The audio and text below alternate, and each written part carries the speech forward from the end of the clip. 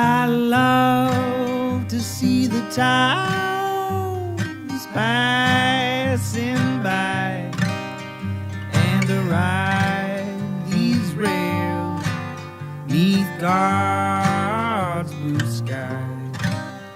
Let me travel this land from the mountains to the sea, 'cause that's the life I believe He meant for me. And when I'm gone and at my grave you stand, say God called home your rambling man.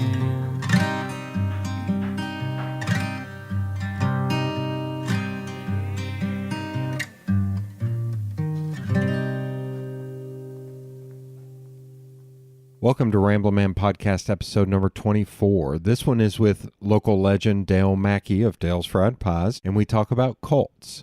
So what happened is we recorded one part, and then a week later we came back and recorded a second part. So that's why there's a difference in the audio quality. It was a good talk. We got a little bit into the weeds on some of it and got into some hairier areas. That's going to be the name of my next album, Hairier Areas.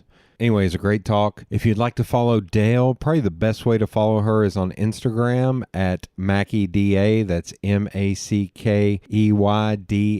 Give her a follow. Lots of photos of kittens right now. We'd like to welcome back former sponsor and current sponsor, Jackie's Dream. Jackie's Dream is back. Jackie's is the best soul food in Knoxville, Tennessee. And for my money, it's the best food in Knoxville, Tennessee. Period, point blank. Specialize in hot chicken and soul food, but they have daily specials that are always delicious, especially the turkey and dressing on Sundays with banana pudding dessert. Ridiculous. But right now, Jackie's is in a little bit of a dilemma. They're having some issues with their current landlord, and they're looking to move venues. In order to help with this, someone has started a GoFundMe. So if you go to GoFundMe and just search Jackie's, and that's with an apostrophe S, Dream Moving Fund, you will find it. They're trying to raise $20,000. As we stand right now, I'm recording this a little bit early, they're at $15,995. So we're hoping to put them over the edge. Go in there, donate. The cost of a large white is $13 with a nice tip. It's $18. So there's your benchmark of what you should donate. Even if this thing reaches its goal, you should still donate. Miss Jackie and George are two of the best people in Knoxville. Love what they're doing. Love everything they do. So let's all get out and support them. But if you're listening this much later and this has already passed by, then just go to Jackie's Dream, hopefully at the new location. But you can find them online at jackiesdreamcafe.com. Go on there, find their Facebook page, give them a follow, and then more importantly, go there and eat. It's delicious food and worth the trip to Knoxville if you're not from here. Without much further ado, here's Dale Mackey on cults. Just flow in, but then it just kind of however we go. Exactly. What's funny is I did one of these with a friend, and I told him beforehand we were going to do this. We were going to just naturally go in. And so I kind of I finished talking and looked at him. And he did what I'm doing now. Yes. Jory's like, what? And I was like, oh my God, you dumbass. Like, just, okay. So today we're going to talk about the great 80s and 90s rock band, The Cult, right? Ian Astbury? Yeah. I thought you toured with them. Yeah. No, that's totally what we're doing.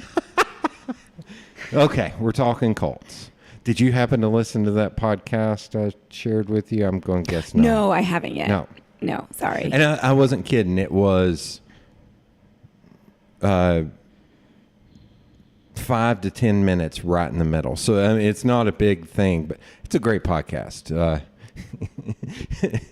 Now I'm trying to remember what it's called. I'm on the spot. I was going to call them an unofficial sponsor of this podcast. Oh, yeah. Well, then you should probably know their name. Yeah.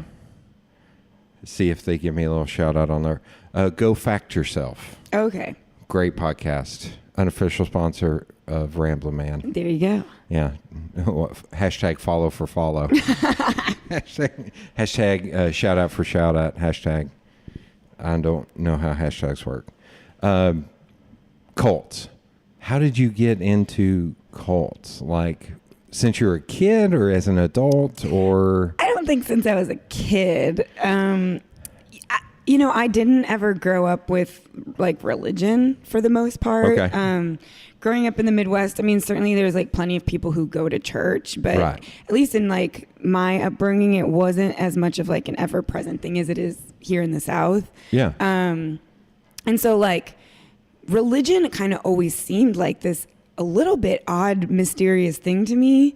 Yeah. And then I've also had this like, I've always had sort of like a new agey hippie side to me. Yeah. And I've also always had like a healthy amount of skepticism. Okay. And so I think sort of those three things, Yeah. make a weird soup that makes you interested in alternative ways of finding meaning in the world. Okay. Okay. And then I'm also like probably a borderline narcissist. And so there's like a piece of me that kind of always thinks like I could be a cult leader if I really tried.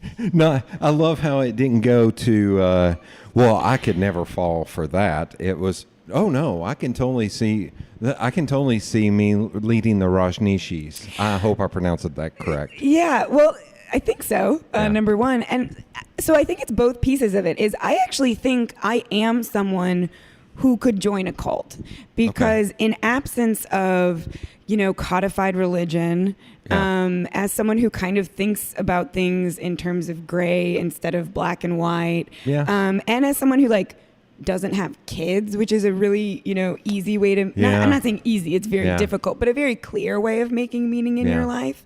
I'm kind of constantly thinking of like, what does it mean? How do I make meaning? What's my place? And of course the final one being a swinger, Well, I'm a wild, total swinger. libacious swinger, Yeah. That seems to be a big part of cults. some of them, yeah.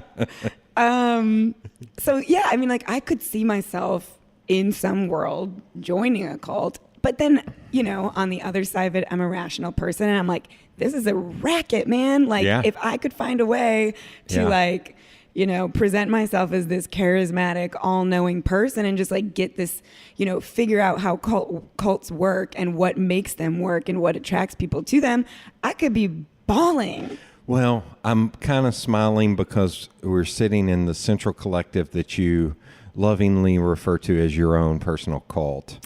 And I do not refer to it as there that. have been a few times where you've joked, you're like, Good Sport Night is kind of a little bit of a cult. Yeah. And I think there's been a time or two where you've done kind of the Joker laugh where you're like, I was like, oh my God. Yeah. I know. I'm giving you hell. Like, No, that is true. Yeah. Like for those people who don't know what the Central Collective is, it's a creative space in North Knoxville that we are sitting in. sponsor of the Ramblin' Man podcast. There you go. And one of the things we do is each month we do this mystery event called Good Sport Night, where people sign up for an event and they pay money for a ticket, Right. and they have no idea what it is until they arrive. And it's been everything from, oh gosh, you could name it stuff as well. I as do could. this because of the movie nights. Swing dancing, pottery classes, hand lettering. We had a wedding, and I always go with the joke. I was the ring girl at the wedding one because it's true. I was the ring girl. There's been. I'm trying to remember the number. Since we've gotten rid of the cards, I'm Like 25 or 26, something like that. Maybe. No, I think it's 27. Okay. Because I think the last one was my 25th, and I missed 2, and I'm missing this month. This upcoming, okay. Because, well, the funny part is, do you know, I'm going to guess you don't know what that date is. The 26th. Yeah. That's my 40th birthday. Oh, happy birthday. Thank you. Sorry. I joked when I looked at it, I was like, this is the weirdest way to throw me a birthday party, man. But I'm going to see Chris Stapleton at Thompson Bowling that That'd be night. fun. So, and those tickets were not cheap, so I can't. Gotta go. Yeah. Well, yeah. Well, sorry. No. To miss your birthday. I thought it was funny. I was like, oh man, damn it. Well, next 40th birthday, 80th birthday. Yeah. But anyway, so you do the Good Sport Nights. Yeah, so I'm like, Yeah. okay. And I've got a little bit of, not theology, but there's kind of an idea behind it, which Right. is that it is a valuable thing to do, Yeah. because it's good to sort of push yourself outside of your comfort zone. It's Yeah. good to be curious. It's good to try new things and meet new people. And there's a real bonding thing that I've seen bear out, that when people kind Yeah. of, the difference between when everyone's arriving and doesn't know each other and doesn't know what's going to happen Yeah. to the end of the night after we've all been through this experience together really does change the group dramatically. Well, like the last one, the aerial arts and circus stuff. Yeah, it was totally that way with people. I think my group, I think we should have split up more, because you had like Shane, Rob, Amy, and I was like, we should have all been in different People groups. that you knew, yeah. Yeah, I was like, we're almost like leaders in Good Sport Night at this point. Yeah. Like, we should have been in different groups. But that said, and I think Dave was, I think all of us were old timers, but the one dude who wasn't, like he was a very quiet dude, and we were pushing him. You were recruiting him. Yeah, we're your sergeants at arm in the, but we pushed him, and he opened up by the end. That's what I was going to say. Oh yeah, and if I was really serious about starting a cult, Yeah. I would definitely break people up. You don't want people to be, Right. with people that they know. You want them to be indoctrinated with people who've already bought into it. I mean, there would be a way, if I was very, very serious about this, we would restructure it. Of course, I'm not actually trying to start a cult, No. but people wouldn't join cults No. if there wasn't some value that they at least initially got out of them. Yeah. And so that's the interesting question to me, is why do seemingly normal people just like you and me, we all think we could never join a cult, but that's just not true. People who join cults are not necessarily stupid. They're not necessarily misguided. They're not necessarily even lost. Cults are built around an entire structure that takes away normal thinking and replaces it with an entirely different kind of thinking. That's not what we're trying to do with Good Sport Night. But I do think that if you can get to the kind of center question of what people are looking for when they join a cult, and why they initially get a lot of value out of it, you can apply that to lots of group activities. Well, I'm smiling because VOLS goes, Vols go. Like, as somebody who's been indoctrinated since I was a little kid to be a big UT football fan, like, hell, that's a cult. Like, There's no coincidence that people use the word cult to describe lots of things that aren't cults, like veganism, like CrossFit, like sports fans, even atheists. That's one of my favorite jokes is like, was it a vegan, an atheist, and a CrossFitter walk into the bar? How do you know? Oh, shoot. Sorry, I screwed it up. I love that joke because it's like, and I tell that to any friend of mine who's a CrossFitter or vegan or an atheist, because... Well, now you have to actually tell the joke. Oh, how can you tell if a vegan, a CrossFitter, and an atheist walk into a bar? Don't worry, they'll let you know within a minute. Yeah. And so there is that kind of, there are plenty of groups that have that kind of fanatical following and sort of proselytizing. Like, oh my gosh, have you ever talked to anyone who's doing Whole30? Like Whole30? Chad with pickleball. Yeah. Chad is all in on pickleball, and oh God, I got one for you that I was just talking about with a friend last night. The mountain biking thing around here.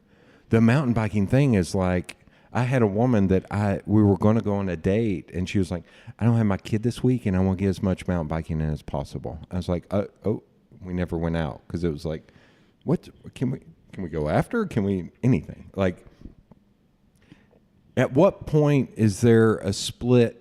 Here's a big question for you. Mm-hmm. At what point is there a split between obsession and a cult? Because football or mountain biking can be an obsession, but when does it become a cult? So like the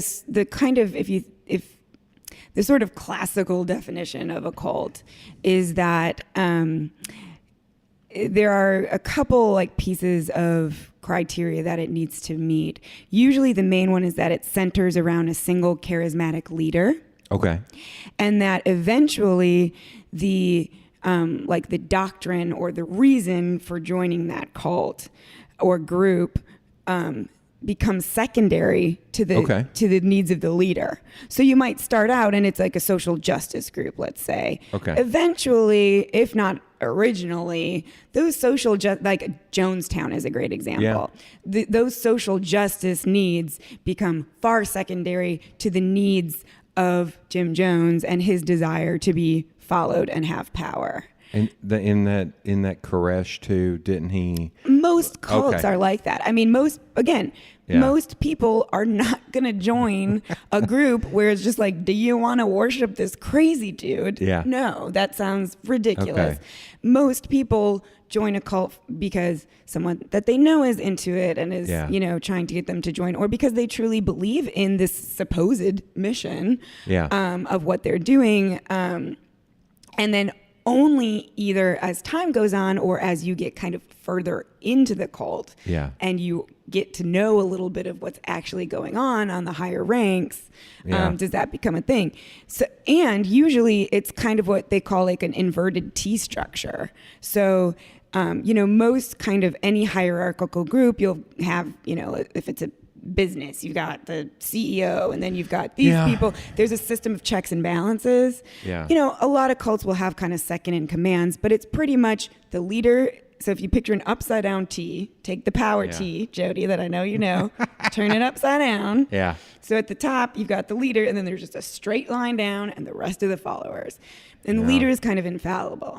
So of course there are like useful parallels, or sometimes not useful parallels, to be made to other groups, but like basically there should be a word for it's cultish, the way that people talk about CrossFit or mountain or whatever the thing is that people, we all get obsessed with things and that's all we want to talk about, and we're so excited we want other people to do it. We've all felt that cultish, quote unquote, feel, but in order to actually be a cult, it has to be that. And then often they're using either on purpose, very thought out, or they've just kind of naturally realized this is how they can get power, forms of thought control, thought reform. So actually changing the way that people think. Kind of like Scientology. I realize I'm pointing out one or two, but it's like, but they all follow pretty the much pattern. all of them. The pattern.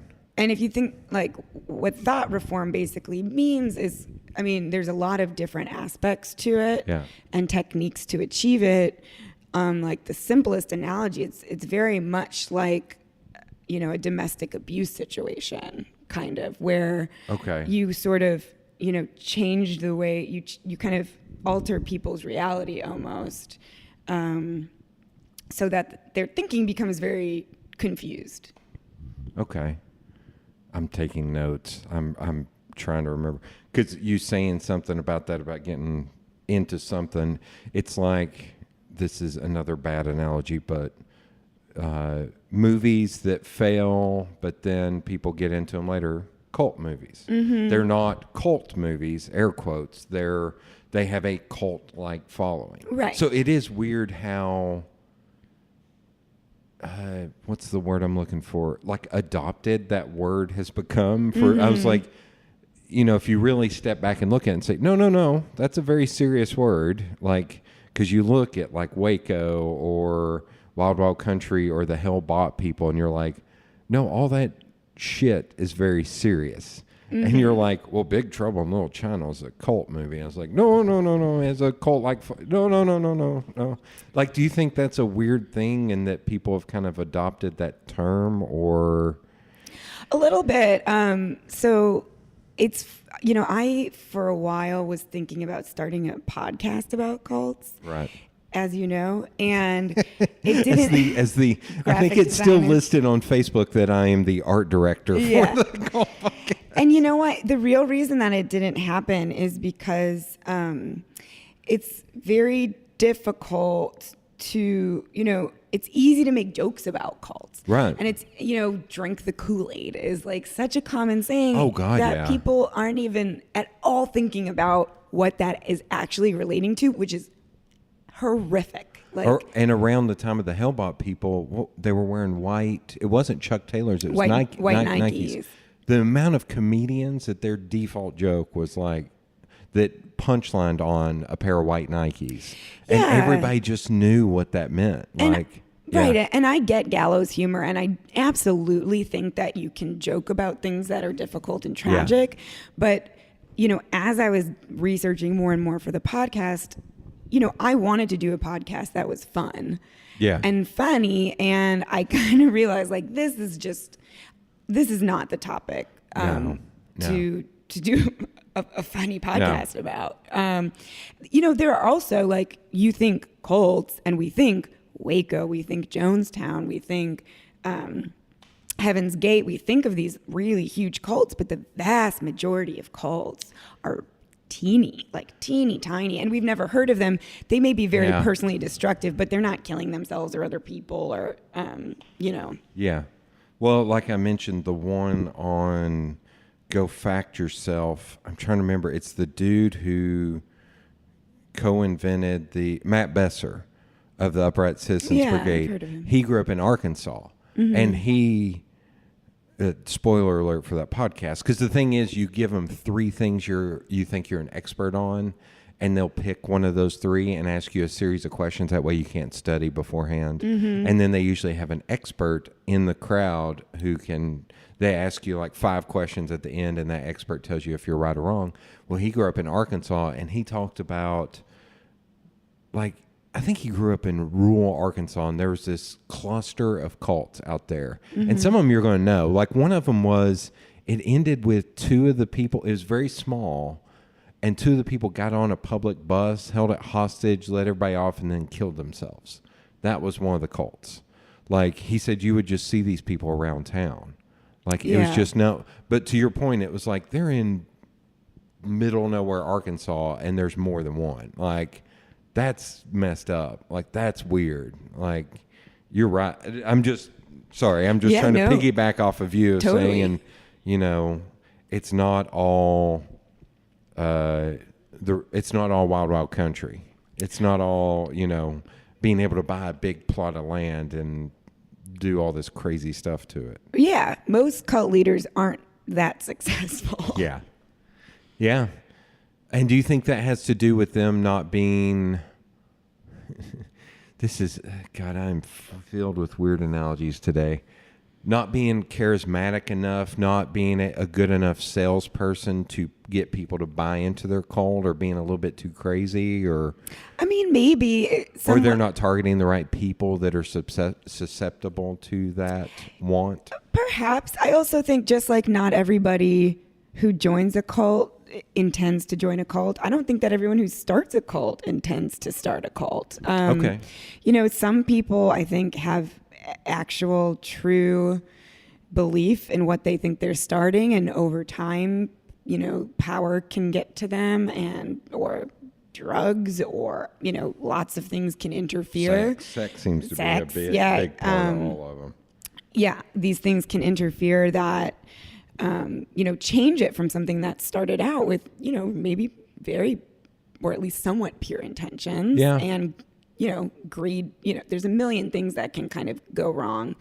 And so I think sometimes cults are born, and sometimes cults are created, or I don't know. Have you ever deep dove on Scientology? I've still not seen that documentary. The Going Clear one. Yeah, I mean, deep dive. I've read Going Clear, and I've seen the documentary Going Clear. There's also a pretty interesting documentary by Louis Theroux. That's right. Called My Scientology Movie, where he kind of oddly reenacts things. It's very hard to explain. He sort of casts people to reenact some of these famous scenes, not scenes, but scenarios that have happened in the history of Scientology. I have not. I've listened to him in an interview, but I've never seen one of his documentaries. Sean was telling me that he's a little like Michael Moore, that he puts himself in the documentary. But a million times better than Michael Moore. He's so charming. I love Louis Theroux. Okay. Oh, the podcast with him. I think he's on Joe Rogan. I think he was on a series, he was on Rogan, Marin, And then I was just like, I'm fascinated by this dude. So I went and just searched his name because it's such a weirdly spelled name, and just found all the ones he were on and just listened to him because he was fascinating, smart dude, like just a smart dude. He's great. And yeah, he will certainly go. He will go and like he did, speaking of like on the cult thing, he had a show for a while. I don't know if it was part of this one called Weird Weekend, where he kind of was looking at America, like odd little facets of America. Yeah. And he went with and hung out with the Westboro Baptist Church people. Oh, jeez. And I mean, made it very clear that he didn't agree with them. Yeah. But I mean, he's sort of like Michael Moore, Sacha Baron Cohen. He's a little bit like, no, it's not that he's acting like he's into it, but he's not like vehemently arguing with them or disagreeing with them. He's kind of just asking them questions. Right. And he has this way of, he's kind of just naturally awkward, and he'll kind of ask a question and let it sit for a really long time. So he's kind of really good at getting answers out of people because he makes awkwardly curious. Awkwardly curious, but he makes them feel so uncomfortable, I think, that they just start talking. Oh my God. To like fill the silence. Now you know what you're going to get in Ramble Man Podcast past episode 25 is me just sitting here going, yeah. That's not creepy at all. I bet you'd get some interesting things out of people. Well, that's something I brought up. I was talking about two of my friends who are kind of going through some issues, and other people who know them who barely see them. We'll see them for like 30 minutes or an hour, and then they're out. And I was like, yeah, but these are two people I hang out with for 3, 4, 5, 6 hours. I was like, there's a lot you figure out in like hour 3 that you would never have heard in the first, which I know is a dumb statement, but I think a lot of people don't think about that. Like, oh no, I hung out with him for 5 minutes. I know everything. And like, no, you don't. You're not even close. Like exactly what you're saying about Good Sport Night. It takes a little bit for people to get their shell down. Yeah. Remove their shell. But Louis Theroux, like what he's done with those, yeah, I understand what you mean about the Sacha Baron Cohen, Michael Moore. Michael Moore is, I used to like him so much, and he's gotten so full of himself or whatever, and so I'm going to bring it back. He's drank his own Kool-Aid. And yeah, it's awkward as hell. Now, I tried watching like the last couple documentaries he did. I was like, I can't do it. I want to hear the information. I don't want to hear about you. Like, I don't take yourself out of this. Okay, so Louis Theroux. The reason why I brought up the Scientology, and God forbid, I think my mom has started listening to these podcasts, which terrifies me. Hi, Jody's mom. She will probably be talking to you back in that. She may listen to this one specifically because you're on it, but I know when I was young, they had Dianetics. Like it was just a thing in the 70s. Everybody bought it. Right. And the fact that it got turned into Scientology is so weird. And like she would go and see this guy that was a psychic or whatever because it was just a thing, Bobby Drennan. I've heard of Bobby Drennan. He was like... he was famous in Knoxville. And I think he ended up doing things with like movie stars and stuff. Like I think became... Because he wrote a bunch of books, and she still has... I had to get those... Mom, don't listen to this. For Christmas one year, I had to get those transferred over to MP3 because they're on audio tapes. Mm-hmm. But I don't know. I wonder... Like some of those were like 70s kind of fads, and then some people stayed with them, or do you think that's a thing? Like the whole Scientology thing, do you think some of it's just people read into that the wrong way, and then L. Ron Hubbard was like, oh, no, let's do this. Well, I've heard L. Ron Hubbard was fucking crazy. Yeah. Sorry, Jody's mom. No. Like he was a nightmare person. I think that's not crapping on her. I think it's that book. No lie, that book sold millions and millions of copies. Oh no, I said sorry because I almost said a swear word. Oh, she swears a lot. Okay, so cool. Okay. Fuck yeah. Yeah. Now she's out. She's like, I'm out.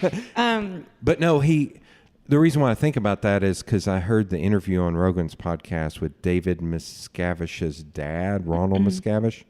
Amazing. It was amazing because he's the guy who was kind of there at the beginning of Scientology, who then turned it over to his son, who is now like in Tom Cruise's ear all the time. Like Right. it's fascinating. Yeah. Yeah. Sorry, I'm gonna step out of the way. No, I think there are a lot of cults that a lot of people like skirted around. Like, Okay. I mean, Jonestown, like Jim Jones, when he lived in San Francisco, he was on like councils for the city. He was Yeah. having lunch with celebrity. I mean, a lot of celebrities came to people's temple meetings. Yeah. He was like helped the mayor get elected. A lot of people, brushed elbows with Jim Jones and Angela Davis voiced support for Jonestown. Okay. A lot of times, unless you're really in it, you don't know what's going on. Right. And right. like I said, there's lots of reasons people get drawn into something, and it might start out kind of innocuous or even helpful. Okay. Again, it's when that initial impulse or the initial kind of theology behind it becomes much, much secondary to Yeah. serving the needs of a leader. And then oftentimes that the way that they kind of get you to stay with them is there's this like apocalyptic part of it. So it's sort of Yeah. like the world is going to end, or these people are against us, or we got to take down the government. There's some sort of apocalyptic angle that adds like an urgency We are the to light it as and the well, way. and Yeah. kind of binds you together in like crisis mode. So, okay. God, this is gonna. So, what separates a cult from a religion? Like, there's a lot of people who would say Scientology is a religion. It's not a cult. Mm-hmm. I think, but my honest opinion is, I bet 97% of people in this country don't think about Scientology ever. They think about it in like a flippant, funny way. Yes. That or it Tom doesn't Cruise does it. like it's almost like don't have one like you're right, flippant, like oh they're crazy, or oh that's just what those movie stars do, but they don't sit down and think, well, is this good for them, or is this bad for them, or is this a new religion? Like, because if you get down to like Mormonism, if you look at the history of Mormonism, it's like, does it seem crazy to us because it's newer? Yes. There you go. Yeah. That's where I was trying to get. I mean, Mormonism, yes, that sounds crazy. Like Yeah. if you actually lay it out, honestly, a lot of the stuff in the Bible sounds pretty crazy Yeah. to me too. Yeah. Like Yeah. that's kind of a hard question to answer Yeah. for me, having not grown up in religion, because Yeah. you know what? There are a lot of destructive things that have happened within major religions. Oh God, yeah. And a lot of Pun unintended. Sorry. Yeah, right. And there are a lot of Christian destructive cults as well. Yes. So a lot of people equate a new religious movement with a cult, but Okay. there have been cults forever. And you know what? If you wanted to make this argument, which I'm not particularly interested in making, I think you could absolutely make an argument Yeah. that Christianity that any major religion is a cult. But that kind of goes into the Except for that, other than God, Yeah. Christianity doesn't have just one dude Yeah. on top calling all the shots. yeah. When a thing becomes that big, it gets broken up, and then there's some amount, often not enough, hello Yeah. Catholic Church, some amount of checks and balances. Yeah. Yeah. Well, and it goes into and we'll go back to cults with this. I feel like sometimes with religion, there's some of it to where I'm like, you know what? If that helps them get through the day, then I'm fine with it. Like that, I'm not here to judge, which leads me into do you think there are any like good cults out there that are good for people? Or do you think once it gets into being an actual cult, it's like, no. Again, that definition is so Yeah. hazy. Like, Yeah. and there are academics who kind of differ on, I would say, a destructive cult, Okay. which that definition would be that it starts, isolating you from your friends and family. Yeah. Obviously, if it comes to violence or suicide or Because you can even go like ISIS could be considered a cult. ISIS is absolutely a cult. Okay. In my opinion. Okay. It's so weird how we sometimes don't designate things what they are. Right. You know what I mean? Like ISIS is a cult, Well, Like, I mean, we like saying terrorists. That's really fun. Yeah. And you know what? There are lots of terrorists. there are lots of, I mean, there are terrorist cults. There's this, have you ever heard of Om Shinrikyo? Yes. I think you and I talked about this on the porch because, yeah. Yeah, I mean, so Om Shinrikyo is a cult. Actually, there's still some amount of activity, not a lot, but I think in the 90s, they carried out this sarin gas attack on the subways in Japan. Yes. It was this cult, which when they first started out, they called themselves the Mountain Wizards. This is why I saw them open for Radiohead in the 90s. This is why people make jokes about cults, is because some of it is a little like whimsical. Like Kooky. They call themselves the Mountain Wizards. It's like kind of cute.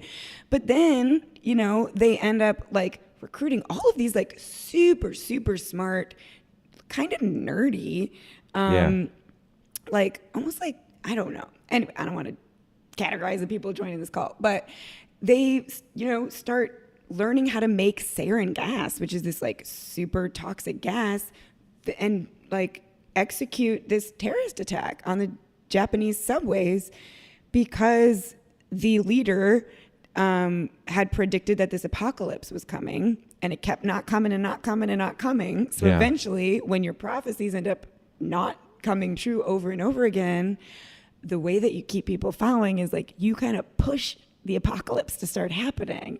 Okay. You sort of say like, oh, now we're fulfilling the destiny that you created. So it's kind of the American way is buying a bunch of AR-15s illegally. I mean, it's the same. I mean, Waco, it's the same thing. David Koresh was constantly talking about the apocalypse. And so then when the opportunity to actually create your own kind of apocalypse happens, it legitimizes this thing that you've been saying the whole time, even though you're the one that's doing it. Which one was McVeigh in? Was he in part of Waco? So Timothy McVeigh was the Oklahoma City bomber, right? Yes. But he was not in Waco, but he cited Waco in a lot of his I was trying to remember. writings. I was like, wait, he had some ties, but Oklahoma City bombing happened after they raided and killed at Waco, correct? Mm-hmm. Okay, and he did that in response kind of to Waco. But he wasn't involved with Waco, or he wasn't in a cult or anything. It was him and one other guy, but for whatever reason, I can never remember the other guy's name. Yeah, I don't know. But no, I don't think there was ever any affiliation there. He just kind of... took it upon himself. Yeah, and actually, like, Waco is interesting. Of course, we all know Waco. Well, what do you know about Waco? I know that McVeigh. See, I didn't watch that series that just came on, I remember it happening, but I think I was a little bit too young to really grasp. I knew it was a cult. They were all in this compound or whatever you call it. Koresh was the leader. I want to think he slept with. It was almost like prima nocta, where he had to sleep with every woman, even though she was married. And he was leading. They bought guns illegally. The FBI wanted to go in there to get the kids. They screwed up. And weren't there ties to Ruby Ridge with Waco? Okay. I just wrote down Ruby Ridge. I was like, I think there's a tie there. So a little bit. So Ruby Ridge was a much... I forget when it happened. Maybe the 80s? I could be wrong, but it was basically this Gosh, it's been a long time since I've thought about Ruby Ridge. I think I looked up Ruby Ridge like a few months ago when I watched that. Sean's getting shout outs like crazy on this. He was the one telling me to watch that. Was it called Manhunt? Oh, about the Unabomber. Manhunt, I think. Because I think they kept bringing up Ruby Ridge. I was like, when did Ruby Ridge? I want to think it was like 86, 87. Like, okay. I want to think it was. That makes sense, because that would kind of fit into this timeline, which is that it was this family. Because it was small, right? No, it was a family. It was a family living up in this house, and they were kind of wacky, as far as everybody knew. Like, very much kept to themselves. Definitely had like a lot of firearms. Would kind of yell at people if they'd come up to their property. I'm completely wrong. August 21st, 1992 to August 31st, 1992. That was Ruby Ridge. That was Ruby Ridge. Oh, that's later than I thought. For some reason, I thought it was in the 80s. Okay. And so kind of what happened, and if you're Wikipediaing it. I'm going to look up Waco, too. The Branch Davidians. That's right. Yeah. But so Ruby Ridge was not necessarily like a cult. It was a super controlling dad of a religious family that, I don't know, you could probably argue whether or not it was a cult. But it was creeping out local people, and they were heavily armed. And I forget exactly what happened, like why there ended up being a confrontation with law enforcement. The law enforcement I think it was that they bought guns illegally and the ATF knew and they screwed up. Right. Like, I think it was a setup kind of to get the dad out of there. Yeah, something like that. And it ended up with this like super bloody battle that like. Where they shot the dog, they shot the kid. Yeah. And so it was just like a mess. And so just terrible PR for them.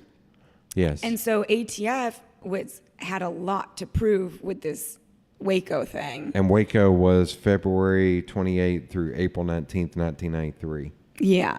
So it wasn't that long. For some reason, I thought Ruby Ridge was in the 80s. Like, I thought it happened much earlier. I kind of did too for some reason. Okay. Yeah, so I think that was kind of looming large over the entire Waco thing. Is like, on one hand, they felt like we need to kind of like, watch ourselves here. But on the other hand, like, they really wanted a PR win. Yeah. And that was like driving a lot of. Did I get anything right on that? I mean, I think some of it. I don't think he had to sleep with like every single person, but he was sleeping with minors. Okay. I knew there was something weird about See, that's why I thought it was the thing of like, if you're going to be here, then I must have your wife. I don't know why. I think he had multiple wives, and I think there was some of that. Maybe I mean, yeah, it was definitely. It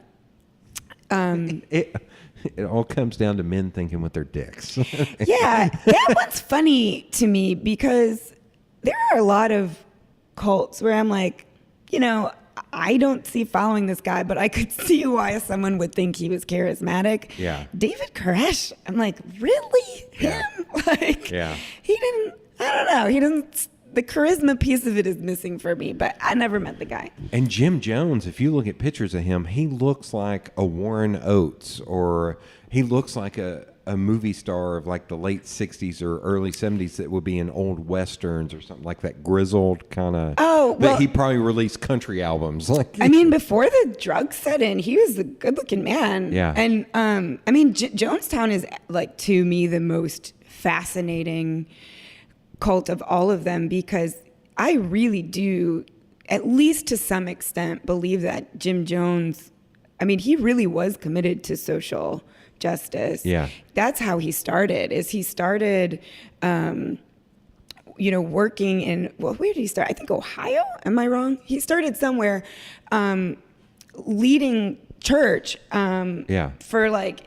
for Black folks, and helping them get like their bills paid. Like, he would hold these church sessions and he'd maybe do a little bit of preaching, but then he'd be like, okay, like, who has a problem today? And someone would be like, oh, I do. Like, the electric company keeps shutting off my power even though I've paid my bills.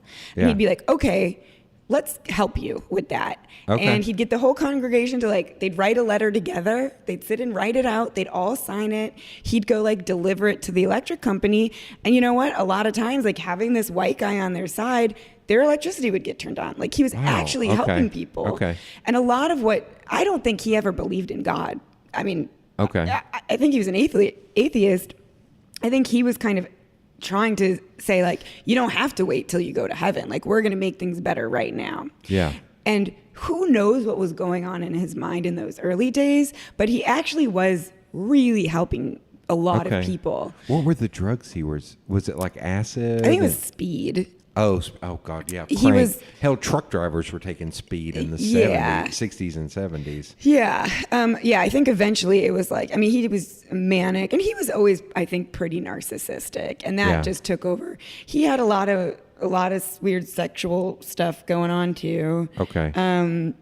like with men and women. He like got arrested once for Sodomy? well, for trying to bang some dude in the bathroom. We call that the George Michael. And I'm just kidding. Which, well, at that time it was illegal. I guess, is it still illegal to bang a guy in a bathroom? A public bathroom? Probably indecent. I think that is. I think banging anybody in a bathroom right, I know is. But I love that we're trying to talk seriously and using the term banging like not that. any bathroom, but a public bathroom. But I think there are. I think there's still 2 or 3 states where sodomy is illegal. I think sodomy is still illegal in Georgia. Yeah. Which is what? Crazy? Yeah, like, I don't know. But it's also, if you're... Here we go. Here's Rambling Man at its finest. All right, Jody, if lay you're it on pro me. sodomy, are you going to be like... I'm pro sodomy. It's like, I think are you really going to get up before state legislature and go like... I think people should be able to fuck other people in the ass. I don't know what to tell you. Like, I hope the day comes that I have to testify about that. Hey, let's get serious. You should be able to fuck whoever you want in the ass. And also, sorry, Mom, if you're listening to this. That's the line. But I think it's almost that. It's almost like this would be too awkward to bring up and strike this down. No, you made the law. You're the one. No, I'm sorry. That is not awkward. Whoever thought of the law in the first place was too busy thinking about who's fucking who in the ass. Hey, I'm going to get pro-feminist, fight the power. Old white men are still in control down there. You gotta get some woke ass people in there to change that law. You'll get somebody in there in the next 10 years will be like, what the hell is this still doing on the books? Right. I mean, that's what I mean is you have people in there that are old and white and awkward and don't want to talk about that crap. Really, Jody? Yes. Is that true? I would be willing to bet all the money in my wallet and I know that's hard to imagine people in state legislature being old and white men. It's shocking. I know. News Big to me, shocker. dude. You heard it here first on Rambling Man. Breaking news. Oh my God. Jim Jones, was it you that was telling me, have you listened to the audio?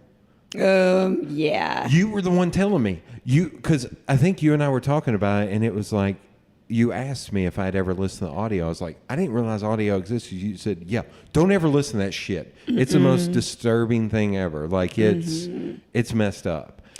And that I wonder how many who was it that raided? Was it American, like, Army troops? Nobody raided. Nobody Not raided. raided, but they discovered. So, sorry. Oh my gosh, time flies when you're talking about cults. So nobody raided. What happened was,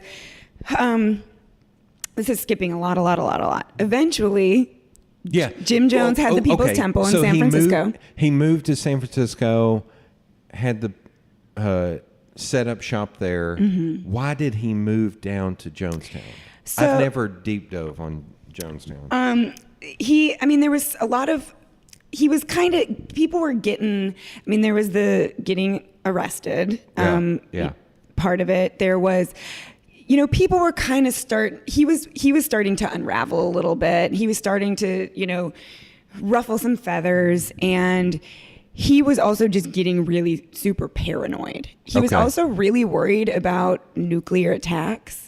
And he looked up in like Esquire, like the safest places to go in case of a nuclear attack, like fucking drug-addled paranoid people do. Yeah.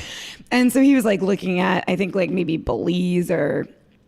I don't know. He looked at like a bunch of different places. Yeah. A lot of people didn't want him. The reason that they ended up in Guyana is because Guyana had just recently become independent. As its own country, but it was bordering Venezuela, and they didn't have an army. They had like 20 like kids with a few guns. Yeah. And so Venezuela was kind of pushing on them, like, disputing the boundary. And they were like, if they want to come in and, take land from us, we have no way of defending ourselves. Yeah. But if we get some Americans and put them like right on the border, Venezuela is not going to want to piss off America. Yeah. So they're not going to come in and take this. So then, so Guyana's like, hell yeah, come on in. Like, and they give them the shittiest. So the part on the border, it is just like shitty rainforest, not good for farming, covered in trees. Yeah. And so it was just like a nightmare from the beginning trying to get this place. So he's sending back, he's like going over there. They're trying to clear these trees with like chainsaws and like, it's just not going well. Yeah. And he's like, at one point he like went to the market, the nearest market in Port Kaituna, and like bought all this fruit and took a picture of himself and sent it back. Like, look, we're like growing all this fruit and stuff. Oh my God. Like, just lying. And so people get there and it's just like this shitty ass, like kind of like cleared piece of land with these huts. I mean, eventually, I wouldn't say it was like awesome, but they had a good amount of land and they had structures and stuff. That made it livable. Yeah. Yeah, but once you got there, like they took your passport, they took all your stuff. They like you couldn't. It was like an hour's truck ride, which it's not like you had a car to. He did, or the country took your passport? No, like he did. Okay. Okay. So you couldn't even get to the nearest airport, which was like a tiny little airstrip. Okay. So, anyways.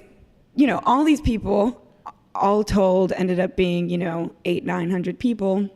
That's still fascinating. It's really a ton of people. Well, and the other thing is that other places didn't want him. It's like we take that for granted, living in the age of the internet, being able to Google somebody. But back then, it's like, wow, his rep traveled an insanely far distance.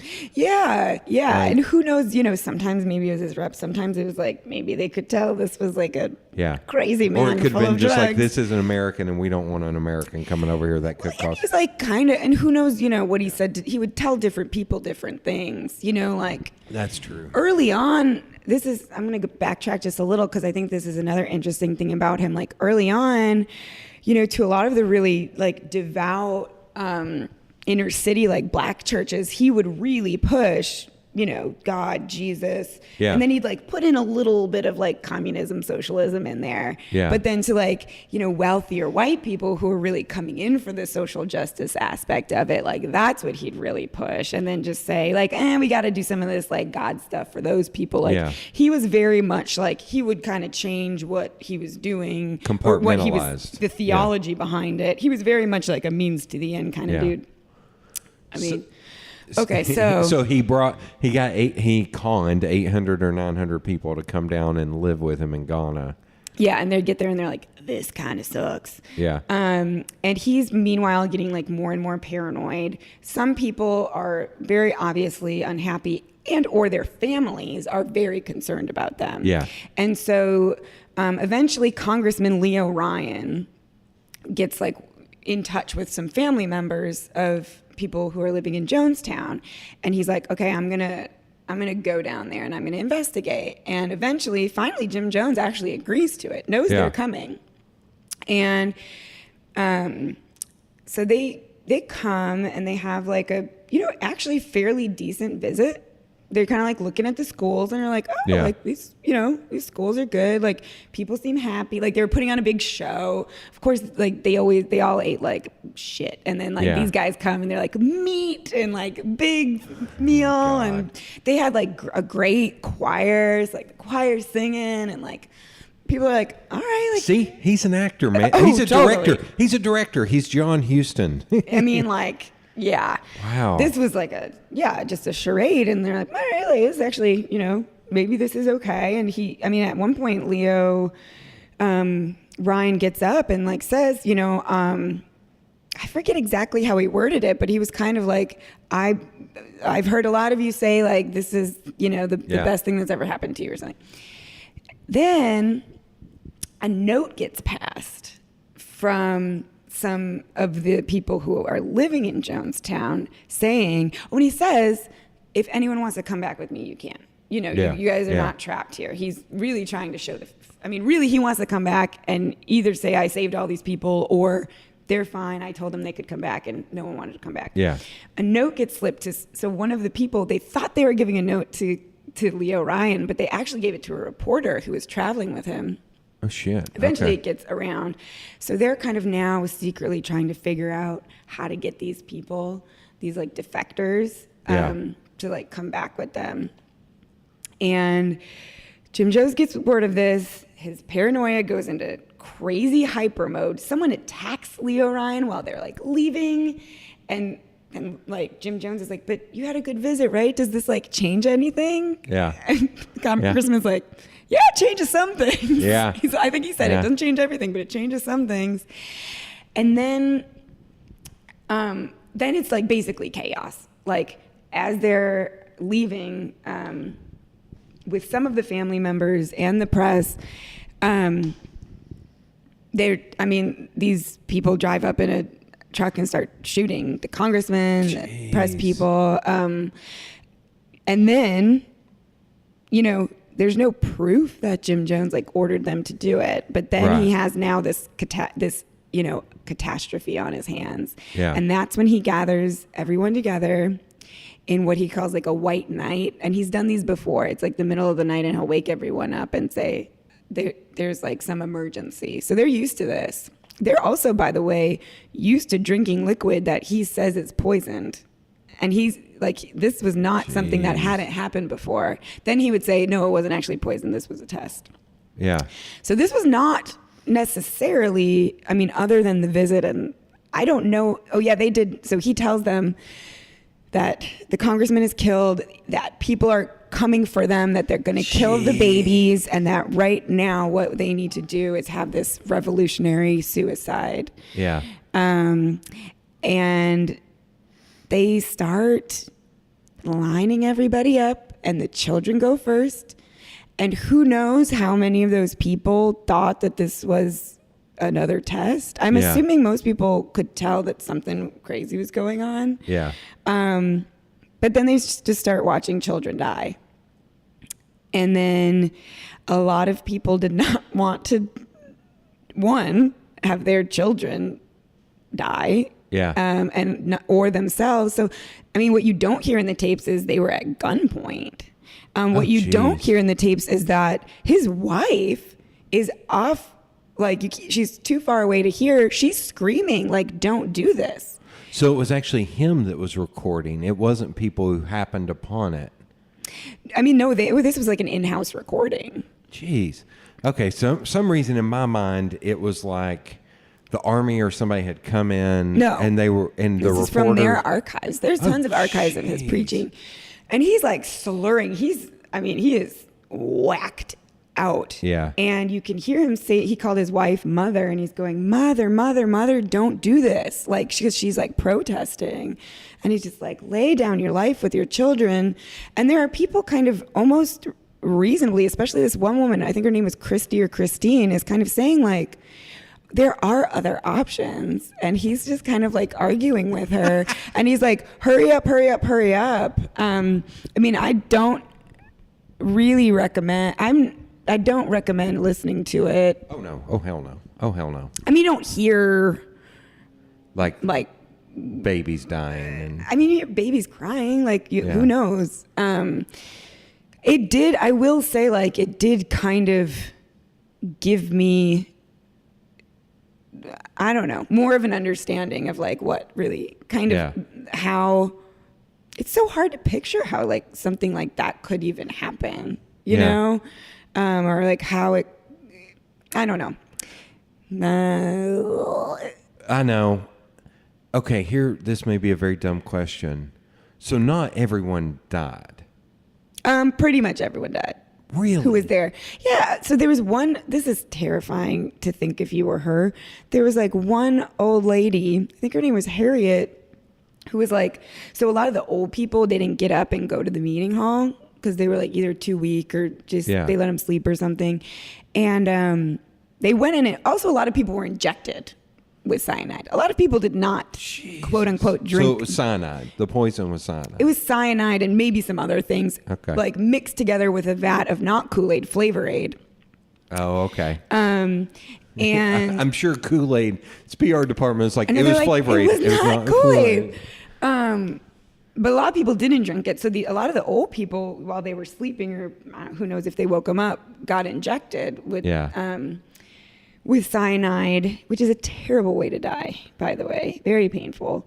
But this one woman, I think they thought she was dead because she was sleeping. Yeah. And so she literally kind of like woke up. Jesus. All these dead bodies. Just to like 900, whatever it was, dead bodies. So there were like, I would say 1 or 2 handfuls of people that actually like ran away into Probably the rainforest. like the people who passed along the letters. Well, a lot of them were actually at the airstrip trying to get out. Oh, okay. And then there was like, some people that were like, one of his sons, at least one, if not two of his sons survived because they were away at a basketball game. And they have been in a few documentaries I've seen about Jonestown and speak pretty eloquently about everything that's happened. I cannot believe that they are. I mean, I'm sure they are internally just so damaged, but able to speak. I mean, yeah, pretty fascinating. Okay. What I wonder, was he like the last one to do it? Oh, he had to be shot.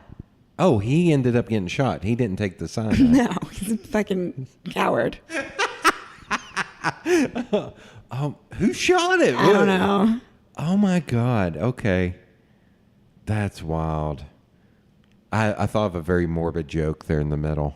Go for it. Some dude walking up and being like, I don't really like grape. Do you have strawberry? Yeah, that's not a good joke. Sorry. That's all right. Sorry. I'm no Dane Cook. You can. Oh, I hope not. I was trying to think of the most outrageous name I could pull and be like, I'm no Jeff Dunham. Yeah. Jeff Foxworthy. Hey, now. I'll defend some of Jeff Really? Foxworthy. Okay. Yeah. That's the conversation for later. No, I'm not going to go down that rabbit hole. We could go down that rabbit hole of like, but I also think I'm Southern and grew up Southern. I think you're Southern and grew up Southern too. So I think some of that is like, oh, I get that. Yeah. And I think some of like, well, hell, it's rambling, man. I think some of the blue collar comedy stuff gets unfairly knocked because now here is a name. The second name I'm going to say is we can't say that name anymore, but a lot of what Bill Engvall did is just family jokes like Who? Bill Engvall. He's the lesser known of the 4 guys in blue collar. And I actually think he's funny. Mm-hmm. It's all family jokes. It's like Bill Cosby jokes. Like it's all like old school Bill Cosby. It's not stupid. Yeah. It's like I've told Sean, I was like, there's one of his specials that you have to watch the whole thing, but the last bit, which is a story, which is like 12 minutes long, you've got to watch the whole thing to get the payoff. It's still one of the funniest things I've ever heard. Okay. Like Bill Engvall. And it's called 15 Degrees Off Cool. And he was like, I've always been 15 degrees off cool. He's like, I wanted a motorcycle for my birthday one year, and my wife got me a scooter. That's more than 15 degrees. Yeah. But it's this whole thing. I don't know. So I'll defend those guys. Larry the Cable Guy is hard to defend. Ron White's hilarious. Ron White, I will defend till the end of the earth because I'm not knocking him. I know. And actually, Larry the Cable Guy is who I was thinking of. Yeah. That's on me for getting them confused. They're not the same person, No. and that was very regionalist. Yeah. Well, and here I'm not going to win anybody over on this, but I also think they're just an easy target.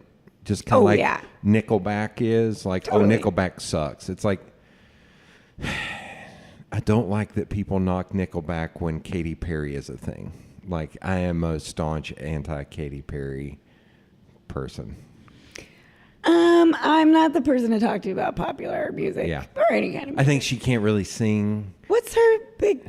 Fireworks. Oh, I like that song. Sing. I just like catchy. I If know. it's pop, I just like it if it's catchy. And I don't know. And that's one of those things that's like, there's a lot of shitty music out there. Yeah. Nickelback is not the bottom of the barrel. Wait, Nickelback now in their stripper music they're making, yes, but some of their older stuff is like, that's not the worst stuff. So name me a Nickelback song. How You Remind Me. Never Again. These are all old songs. Like, What about, do they sing With Arms Wide Open? no, that's Creed. Okay. People don't like Creed too, right? People don't like Creed, but here's a weird thing. I know a lot of friends who are musicians that they're like, Creed sucks, but that guitarist is an amazing guitar player. I think it's one of those weird things like, oh man, look at you. It's all coming together. Like you think of, when I say blue collar, you think they're all Larry the Cable Guy. No, I don't. No, I'm joking. I'm Put that on me, I'm Jody. jokingly saying that. I am not your token liberal elitist.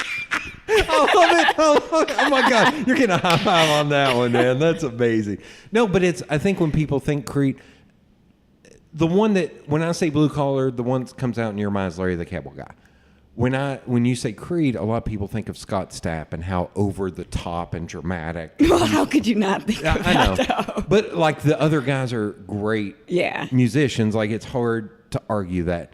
There's one friend of mine and I that he gets angry at me about Coldplay. He's like, I don't understand how you can like Coldplay. I was like, because I like Coldplay. I was like, because there's shittier music out there. Like, stop acting like just like that's the barometer. Like, just because we even got into this discussion the other night about Muse. I was like, I hate to sound like that guy, but I love their old stuff. Like, they were heavier and they were better. And it's three dudes, and it's amazing that three dudes can make music that sounds like that. Now, then you listen to their stuff now, and I'm like, that sounds like, what's his name? The Skrillex. I was like, that's not Muse to me. Like, that's, I think there's a lot of people, it's like they didn't hear the early stuff, so they only hear now. Or, to my original point, it's an easy joke. Yeah, I just always find it weird that people care what other music people are listening to. Yes. Like, why do you care? Yes. Why does that? Yes. Yeah. What if I like shitty music? Yeah. Do you like me less? No. Does that give you any No. more information about me? Although it's hard for me to not judge Pardo every time he starts talking music, because I was like, oh my God, you have the worst taste in music. But why do you? Who I cares? know, but because he brings it up so much and he knows so much about it. It's none of that. It's like, can you like one musician that I like? And he finally did. He loves Dawes, and I was like, thank God. That's the first one that I've heard you say you like that I think I am on board with. Like, I think it's also, I've been listening to him for like 10 years, so it's kind of hard of like, you've not mentioned one musician that I like. Yeah. How is that possible? Because you're such a music person. Like, Right. Yeah. I've just never been, I mean, I don't hate him for that or anything. I just think it's weird. Like, you like music, but good God. Like, come on, man. Like, Yeah. Yeah. I'll just never really care about what anyone thinks about I music. think, like, the Coldplay thing is more of that guy is a musician and he's a music nerd, and I consider myself a music nerd. Mm-hmm. And he's just like, that's his line in the sand is Coldplay. There's another friend of mine and I that he and I, here's one that's going to turn everyone off. David Bowie. You do like him or don't? I do not like David Bowie. No, I like David Bowie a lot. I could not respect a musician more because of his outfits. Yes, obviously. I mean, you look at what I'm wearing. I'm wearing the Ziggy Stardust. But no, a lot of the stuff that he did, a lot of the boundaries he pushed. Yeah. And I told my friend, I was like, no, for me, I'm not a big fan of his vocals, and his production can be dated.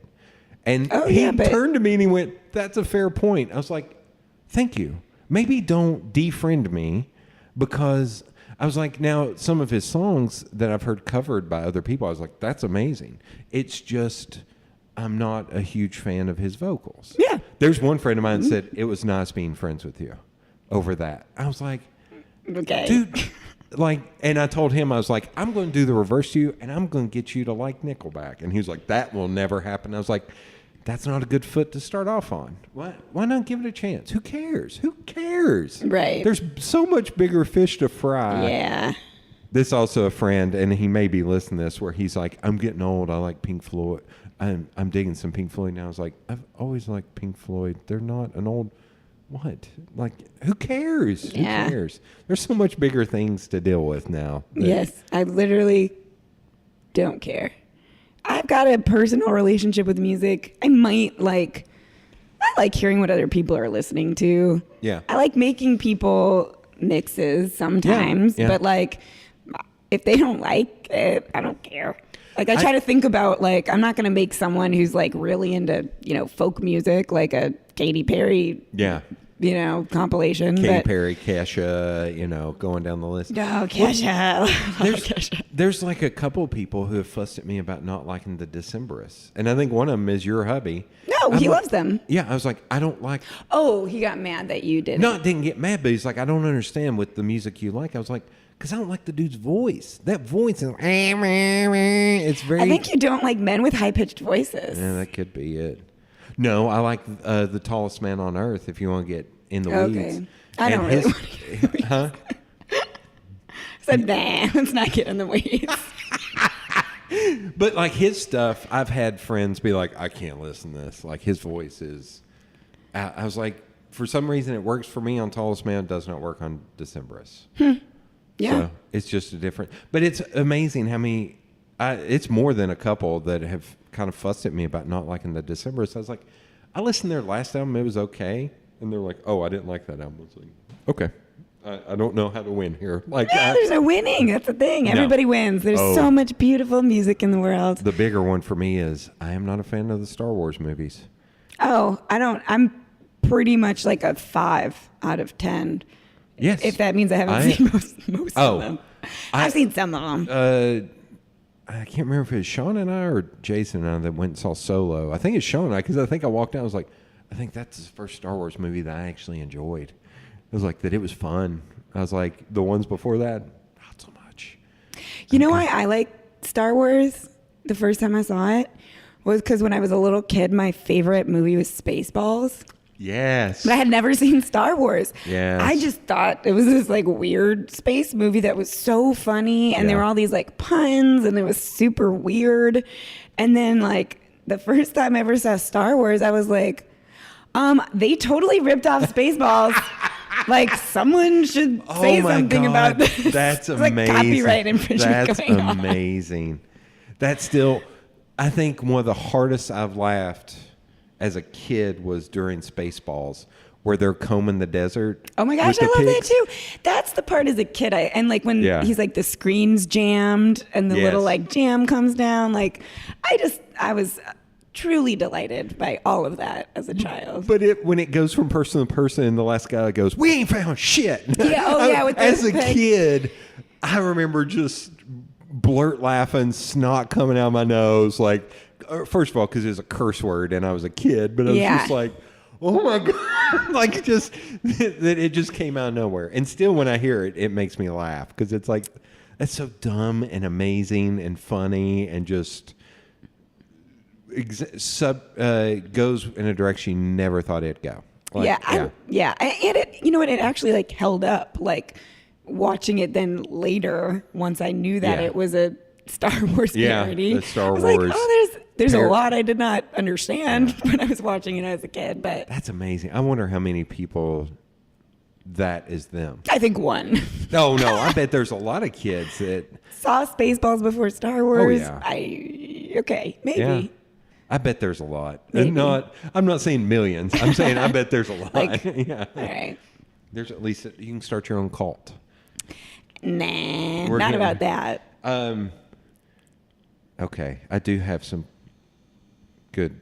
I have some questions here. One that we had emailed about was, is it Shen Yun? Shen Yun. Okay, Shen Yun. Okay. So for the people who don't know, because when Dale emailed or I think you texted me about it, you're like, all right, I definitely want to talk about this. And I started reading about it. I was like, holy crap, I've been to that show. I didn't realize.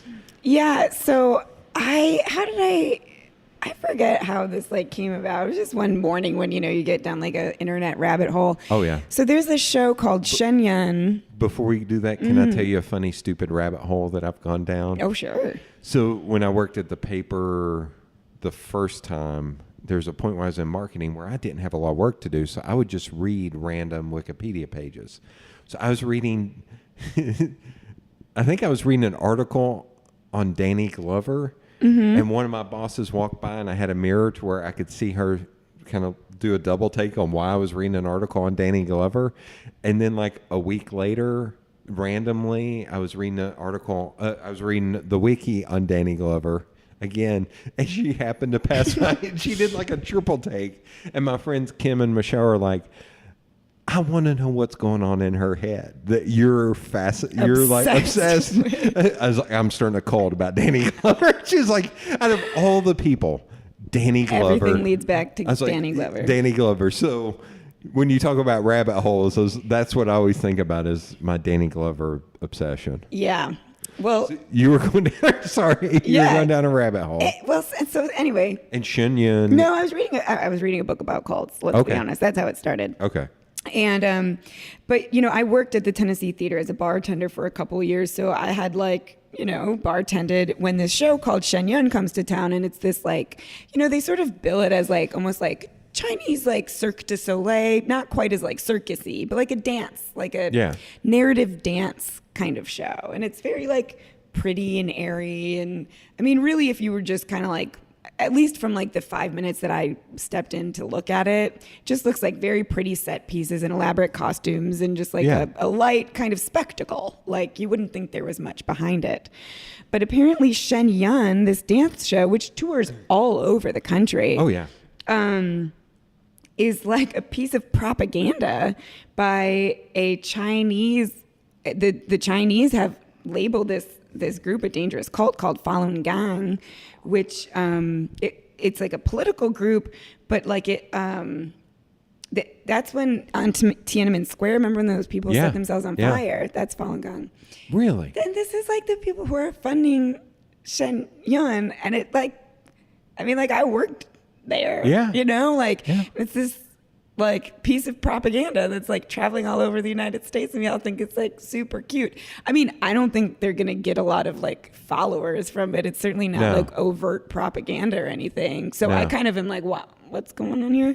But someone not to be named who I know who works within a theater that has hosted Shen Yun says that they post people at the doors so none of the cast members can go anywhere. My God. So I mean, there is something on, and this is very true. There is some kind of weird control thing going on within the group. So that's and you would never know, No. I remember the organizers coming in and I had a conversation with one of them while I was opening up the bar, and she was asking where they could go and get this catering, and I was talking to a cult member probably. Oh my God. See, that's amazing. Yeah. Huh. So cults sometimes can be all around us. That's what we've learned from this. Oh my God. Are there any female-led cults? We've talked a lot about dudes, and I know the Wild Wild Country, but she was kind of the leader, but she was kind of not. Yeah, I mean, it's much more rare.